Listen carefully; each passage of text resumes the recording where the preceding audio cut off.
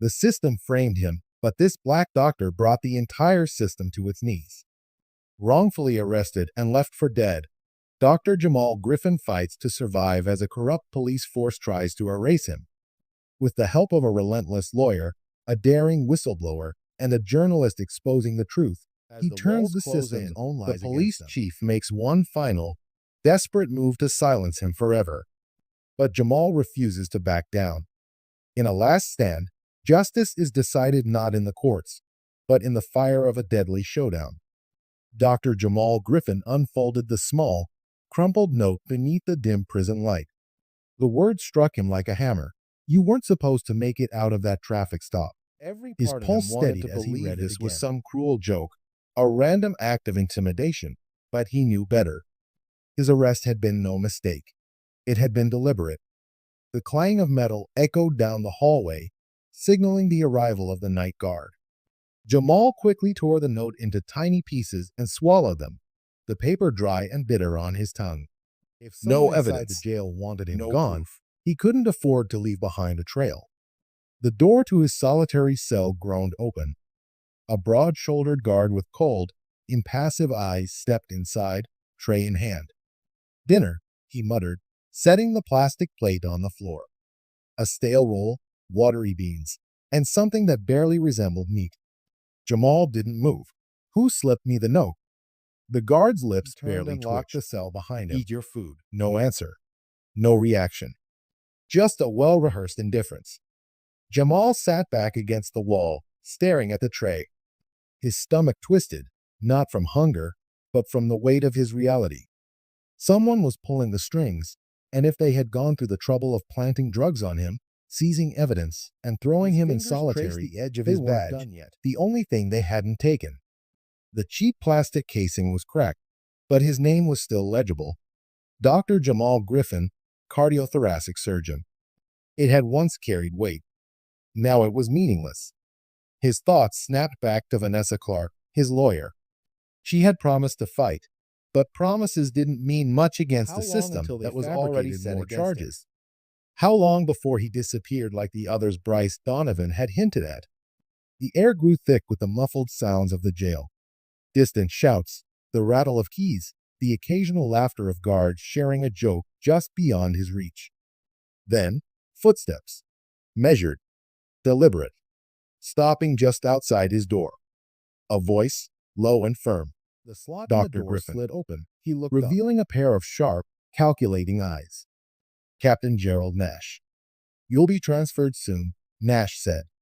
His voice carried the weight of certainty, a decision already made. Paperwork still in motion, but we both know how this ends. There's a way to make this easier. Jamal didn't flinch. I'm not confessing to something I didn't do. Nash's mouth curved into something that wasn't quite a smile. He shut the slot, leaving Jamal alone with the silence. A minute passed. Then another. He heard Nash's footsteps recede, but the chill of his presence lingered. Jamal exhaled slowly. The note had been a warning. Nash had just confirmed it. If he wanted to survive, he needed to act fast. Hours passed in a slow crawl. At some point, exhaustion overtook him. Every movement beyond the thick steel door set his nerves on edge. Then, deep in the night, something changed. A different set of footsteps. Lighter, more cautious. A key turning in the lock. The door cracked open just enough for a figure to slip inside. A woman. Dark uniform. Unfamiliar. She pressed a finger to her lips. Stay quiet. Jamal's body tensed. Was this another trick? Beside him, urgency in her eyes. Name's Ellis. I don't have much time. You were never supposed to end up here. Someone on the outside's trying to help, but you have to move now. Jamal studied her. Why would I trust you? Her jaw clenched. Because if you stay here, you won't live long enough to see a trial. That was all the confirmation he needed. He pushed himself to his feet. What's the plan? Put this on. She handed him a black hoodie. Follow my lead. Jamal hesitated only for a second before yanking the hoodie over his jumpsuit. He had no allies here, except maybe her. He had no reason to trust her, but he had even less reason to stay. Ellis led him out, her movements precise. Down a corridor, past empty cells. Each step was a gamble. At any moment, they could be caught, but no alarms rang. Then they reached No the metal voices door shouted at the in far warning. end of the hallway. She swiped a keycard. The lock clicked. Outside, a car idled, headlights off, waiting. She pushed the door open. Go. Jamal stepped into the cold night air. The car door swung open, and a man in the driver's seat motioned for him to get in. Ella stayed behind. I'll cover your tracks. Don't waste this. Jamal climbed in. The car sped off, leaving the prison behind. He wasn't free. Not yet. But he had just done the impossible. He had escaped. Jamal kept his head low as the car sped through empty streets. The driver, a stocky man with a scar across his cheek, didn't speak. The silence stretched between them, thick with unspoken tension. After a few turns, the driver pulled into an alleyway, cutting the engine. We're clear for now, he said, glancing at the rear view. Teresa's waiting. Jamal's chest tightened at the mention of his mother. She had spent years warning him about men like Lawson and Nash. Now, she was risking everything to hide him. The door opened before he could knock. Teresa Griffin pulled him inside, locking the door behind him. The deep lines on her face spoke of sleepless nights, but her grip on his arms was firm. They're already looking for you, Vanessa's voice cut through the tension.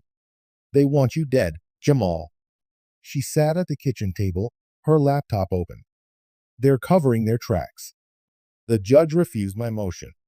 No bail, no hearing. It's like they're trying to erase you. Bryce Donovan leaned against the wall, arms crossed. That's because they are. He turned the laptop toward Jamal. The screen showed a series of case files. Lawson and Matthews have done this before. This isn't just about you.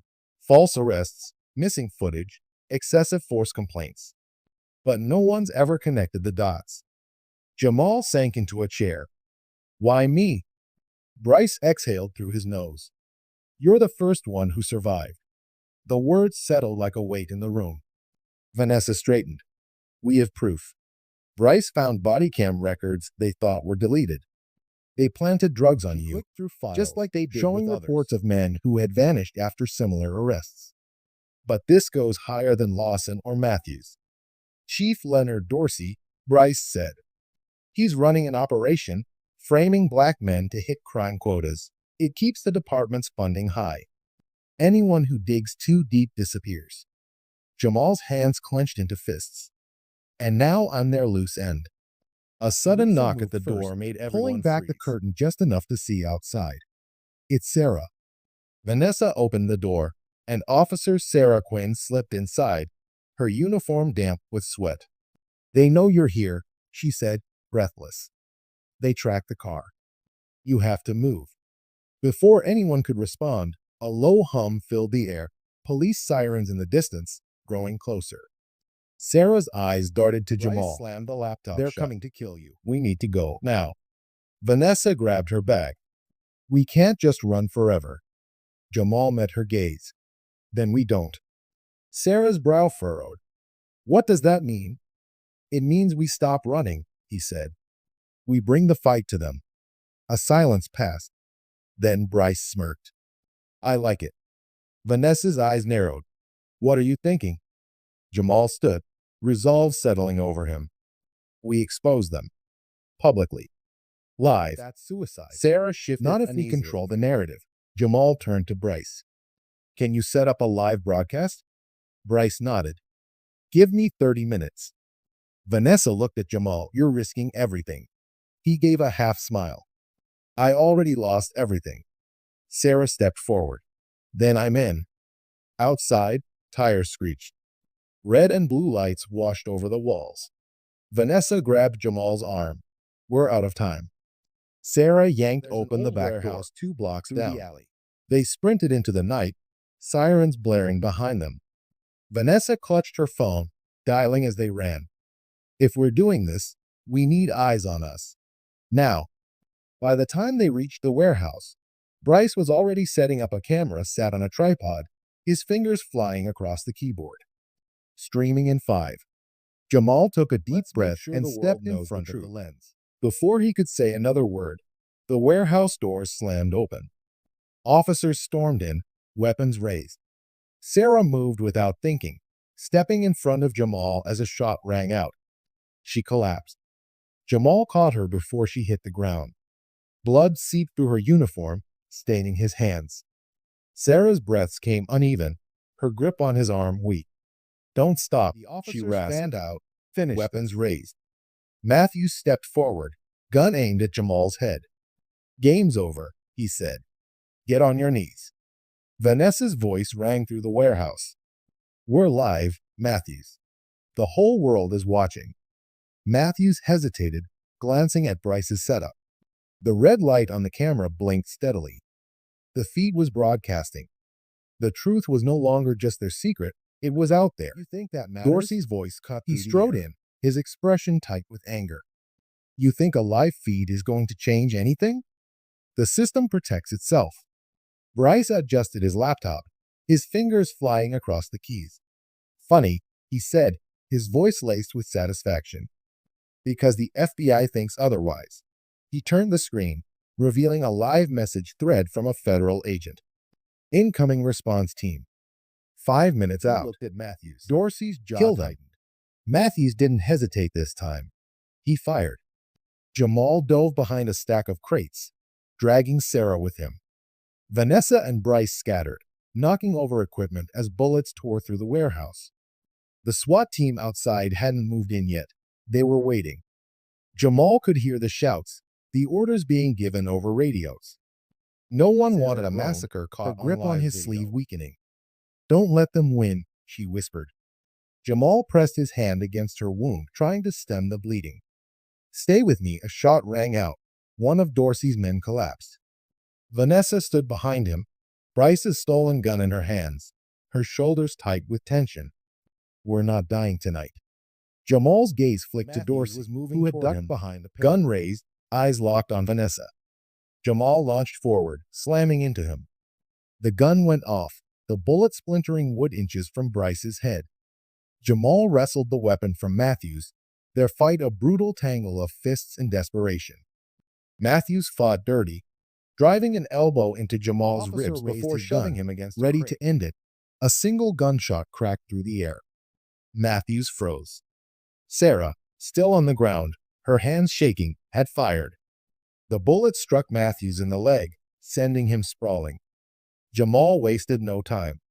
He grabbed the fallen gun and turned it on Dorsey. "It's over."